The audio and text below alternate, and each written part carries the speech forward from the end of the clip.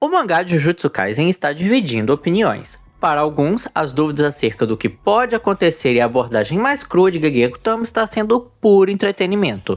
Para outros, houve uma queda brusca no roteiro e a obra se perdeu em vários pontos. Neste vídeo eu irei abordar estas duas opiniões e também trarei a minha opinião pessoal. E é óbvio que haverão inúmeros spoilers por aqui, portanto se você não leu o mangá e só quer ficar no anime e não quer ter sua experiência arruinada, deixa o like no vídeo, compartilha com seus amigos, mas pare por aqui. Se você tá safe, segue comigo porque além de analisar a obra, eu irei elencar plots que foram esquecidos e precisamos de uma explicação. Antes de tudo, olá, meu nome é Rodrigo e sejam bem-vindos ao meu canal. Se você for novo por aqui, eu espero que esse seja o primeiro de vários encontros nossos e convido você a se inscrever, ativar o sininho e dessa forma me ajudar nesse projeto. Se você já for um inscrito, muito obrigado por estar aqui novamente. Você é um lindo, uma linda e eu espero que você saiba disso. Sendo bem direto, eu sou do time que acha que houve uma queda de qualidade. E essa queda, ao meu ver, é justificada por uma ausência de desenvolvimento de personagens e conexão do público com eles, por decisões que parecem visar muito mais o choque no leitor ou tentar convencer o leitor do que propriamente enriquecer o roteiro e principalmente o açougue semanal de Akutami, onde sempre esperamos alguém sendo trucidado pelo Sukuna, mas de forma prática a história não avança. Vamos por partes. Eu sempre afirmei, eu sempre defendi a tese que Jujutsu deveria ter tido um arco anterior a Shibuya pelo simples fato que o trio principal precisava de mais missões, mais interações e com isso espaço para que fossem desenvolvidos. Esse desenvolvimento seria tanto em poder, habilidades quanto em suas personalidades. Eu particularmente também incluiria nesse arco o elenco coadjuvante de ambas escolas e exploraria a politicagem dos três maiores clãs nisso. Afinal, é visto em Shibuya e é comentado em outros pontos da obra como essa galera tem poder, mas não vale nada. Isso iria reforçar a ideia já exposta de que o mundo Jujutsu é cruel, mas também serviria como subplot para mostrar mais dos alunos, professores e criar na gente, no leitor e telespectador, mais conexão com eles.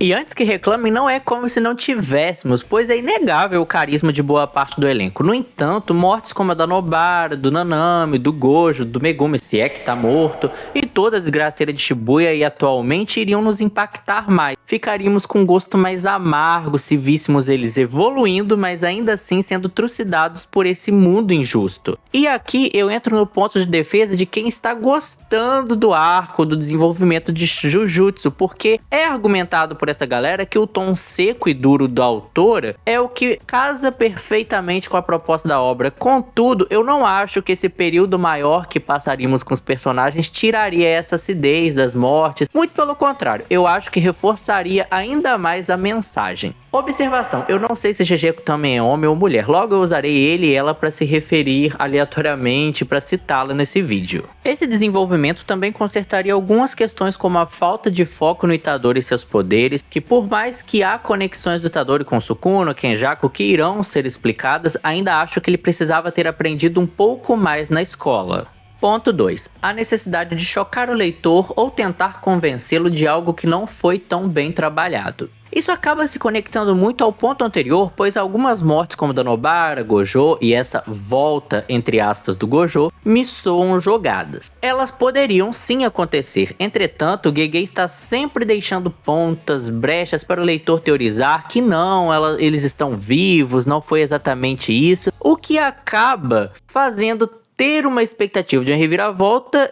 E na moral isso é um porre. É um porre porque tira o foco do que realmente deveria estar sendo desenvolvido, acaba deixando furos para que o próprio sistema de poder da obra seja questionado e acaba tentando nos empurrar goela abaixo narrativas forçadas, como por exemplo, Gojo morreu, beleza, mas após sua morte surgem personagens capazes de tancar o que o matou, cadê a lógica disso? Ele não era o mais forte? Gojo morreu, beleza, Higuruma, aquele que é tão talentoso quanto Satoru Gojo. Precisamos disso? Faz sentido ao menos? Quem foi que pediu isso? Parece muito mais uma tentativa de chocar, de convencer o leitor com olha só, o Sukuna é foda, mas dá pra confiar nessa galera aqui.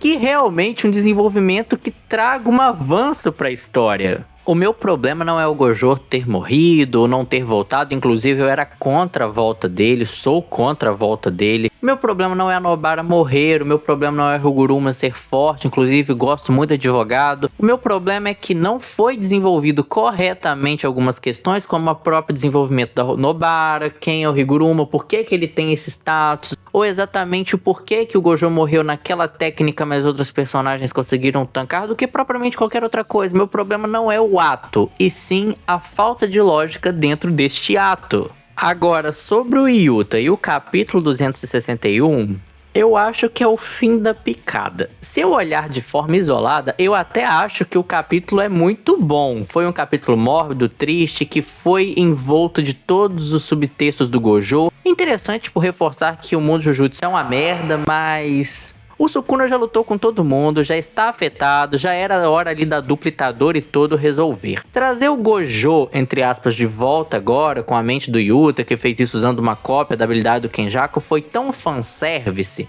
Akutami, desgraça, o Yuta não vai te comer. E desnecessário, pois o timing não bateu. Não era o momento pra fazer isso. O Sukuna já tá cagado. Agora, se ele sobreviver a essa expansão de domínio, não fará sentido, porque ele já tá desgastado. Se ele tá desgastado, como assim ele não vai morrer com os poderes do mais forte? E se ele for derrotado? Vai ser um anticlímax total. Vai ser tipo, ah tá, cheguei e matei o cara que já tava cansado, beleza. E cá entre nós, isso tudo porque o Gege Akutami gosta de forçar o Yuta, né? Eu adoro o personagem, mas é cansativo pacas ver o Gege tentando dar um destaque pra ele toda hora. E não seria um destaque ruim se o elenco principal tivesse sido mais explorado antes. Sobre a necessidade de chocar, mais uma vez Gege coloca lá o Yuta pode morrer nessa transferência, hein? E sinceramente, não choca nada. A única coisa que me choca é a falta de planejamento com o elenco, porque eu não me convenço que esses flashbacks, que tudo isso foi planejado, tudo isso foi pensado pela galerinha do barulho.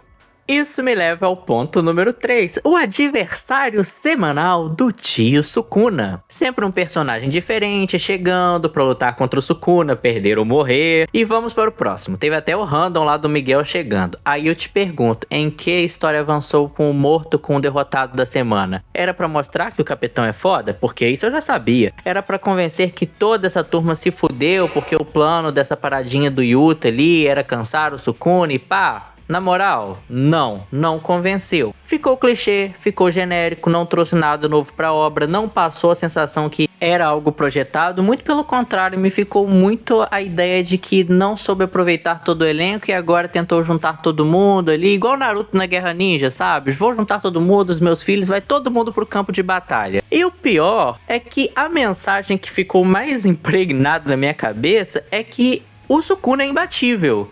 A única conclusão possível seria ele vencer. E aqui vamos abrir um parêntese.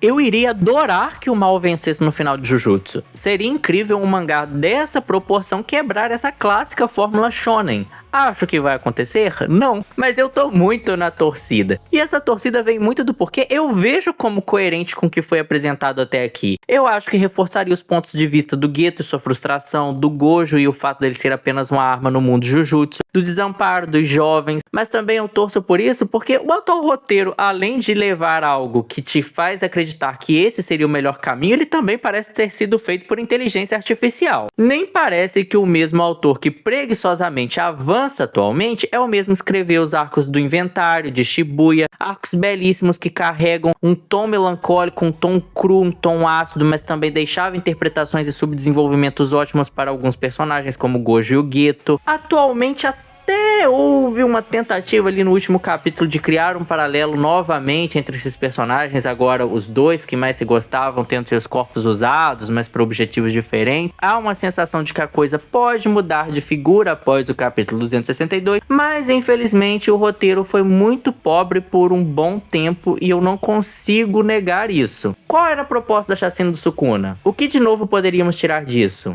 Esse arco ele não trouxe nada, ele não serviu para tirar dúvidas importantes, pois agora eu irei listar coisas em Jujutsu Kaisen que necessitamos urgentemente de uma resposta.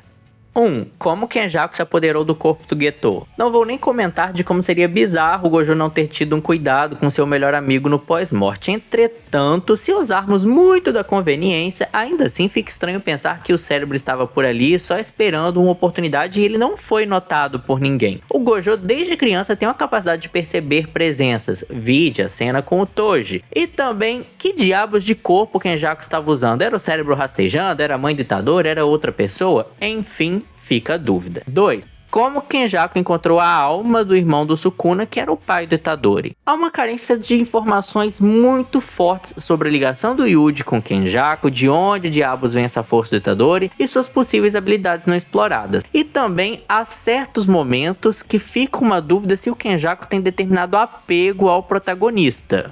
3. A amizade do Kenjaku e do Tengen.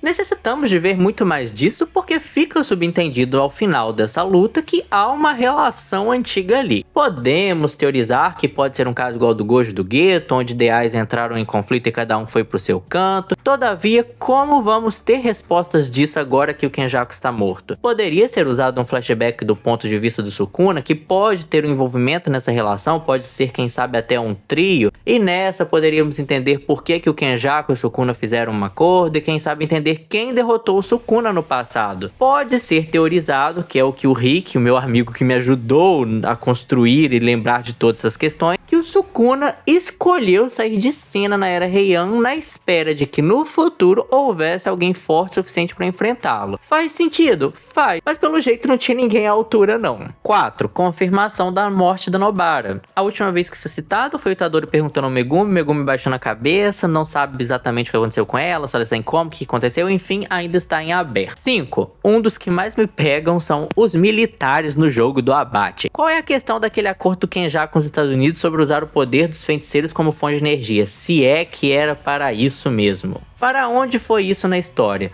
Teve até feiticeiro que foi levado pelos americanos, mas no que vai dar isso? Lembrando que o Kenjaku falou com vários outros países que aparentemente não atacaram ainda. Como fica esse rolê após a morte do Kenjaku? Qual era a proposta disso? 6.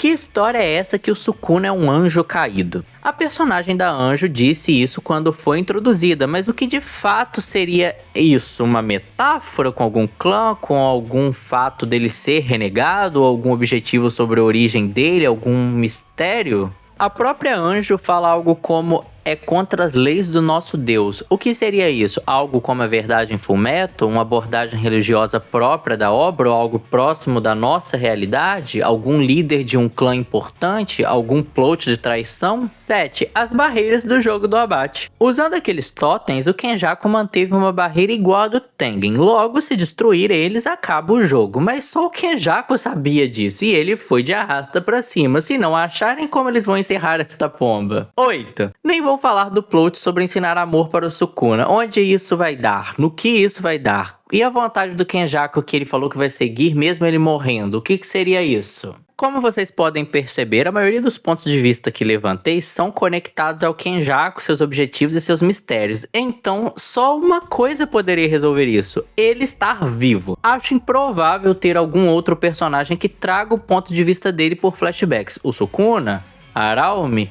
Não confio tanto. Ao mesmo tempo que eu acho que seria previsível o Kenjaku estar vivo. Seria interessante pelo fato de que eu sempre defendi a tese de que ele deveria ser o vilão final. Há mais substância, mais mistérios, mais coisas em relação ao seu personagem que transformam ele em um personagem atraente e que podem acertar alguns pontos da história e enriquecer a mitologia do Jujutsu. Considerando que há uma possibilidade de ter mais um arco após esse, eu já vejo como possível esse retorno. Vou deixar aqui essa aposta.